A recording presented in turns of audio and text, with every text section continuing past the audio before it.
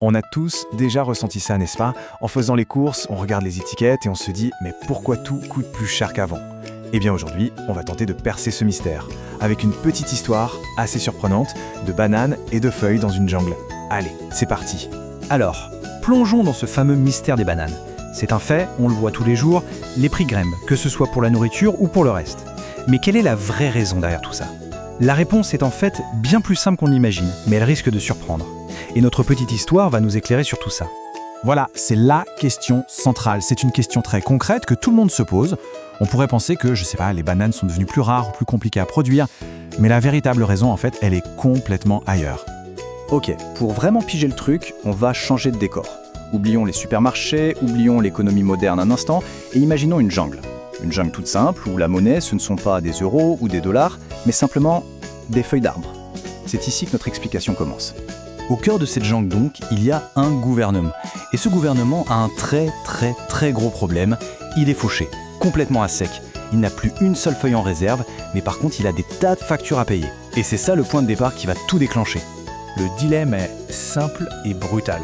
D'un côté, on a une montagne de dettes à rembourser. De l'autre, les caisses sont désespérément vides. Et en plus de ça, il y a des besoins urgents, que ce soit pour construire des ponts ou pour gérer une crise. Bref, le gouvernement est complètement coincé et la pression monte. Face à une situation aussi critique, on ne peut pas juste attendre que ça passe. Ce n'est pas une option. Il faut impérativement trouver une solution pour générer des revenus, pour trouver des faits. Et il faut le faire vite, très vite, avant que tout le système ne s'effondre. Et c'est là que quelqu'un a une idée. Une idée qui, sur le moment, paraît absolument géniale. S'il manque des feuilles pour payer les dettes, pourquoi ne pas en fabriquer, tout simplement? Et voilà que le gouvernement décide de lancer ce qu'on va appeler l'imprimante à feuilles magique. Sur le papier, le plan a l'air parfait. C'est d'une logique implacable, on a des dettes, hop, on imprime des feuilles, on rembourse tout le monde. Problème réglé. C'est simple, c'est rapide, c'est efficace. Du moins en théorie. Parce que ce petit point d'interrogation à la fin, il cache un très gros problème. Et le voilà, le cœur du danger. C'est qu'il n'y a absolument aucune limite. On peut faire tourner l'imprimante jour et nuit, on peut créer des feuilles à l'infini.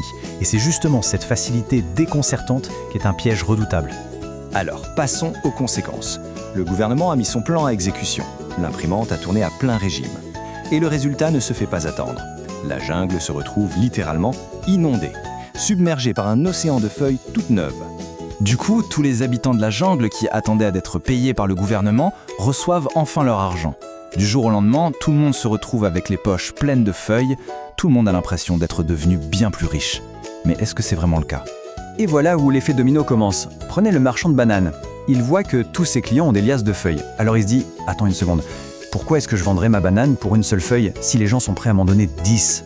Et paf, le prix de la banane explose. Pourtant, la banane, elle, est restée exactement la même. C'est ça le nœud du problème.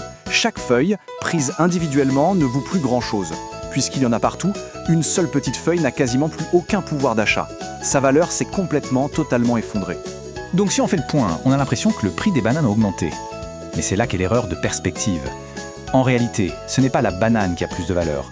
C'est notre monnaie, la feuille, qui en a beaucoup moins. Et cette nuance, elle est absolument essentielle. Voilà, cette phrase, elle résume parfaitement tout le phénomène. C'est vraiment la chose à retenir de toute cette histoire. Ce ne sont pas les biens qui ont changé de valeur, c'est l'unité de mesure qu'on utilise pour les acheter qui est devenue défaillante. Et vous savez quoi? Ce phénomène, ce que notre histoire de jungle vient de décrire, eh bien ça porte un nom en économie, l'inflation. C'est exactement ça, une augmentation de la masse monétaire, de la quantité de feuilles en circulation qui entraîne une perte de valeur de cette monnaie et donc mécaniquement une hausse généralisée des prix. Bon, alors qu'est-ce qu'on doit garder en tête de tout ça? D'abord, et c'est le plus important, imprimer de l'argent ne crée aucune richesse réelle, c'est une illusion. Ensuite, c'est presque mathématique. Plus il y a de monnaie en circulation, moins chaque unité de cette monnaie a de valeur. Et enfin, que l'inflation, cette hausse des prix qu'on constate, est simplement la conséquence logique de tout ça. On termine donc sur cette question qui reste ouverte. Notre petite histoire montre bien que la solution de facilité, celle de l'imprimante magique, est en fait un piège terrible.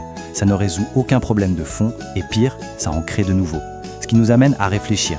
Si la solution n'est pas d'imprimer des feuilles, alors comment fait-on pour de vrai pour créer de la richesse durable? Et ça, c'est une toute autre histoire.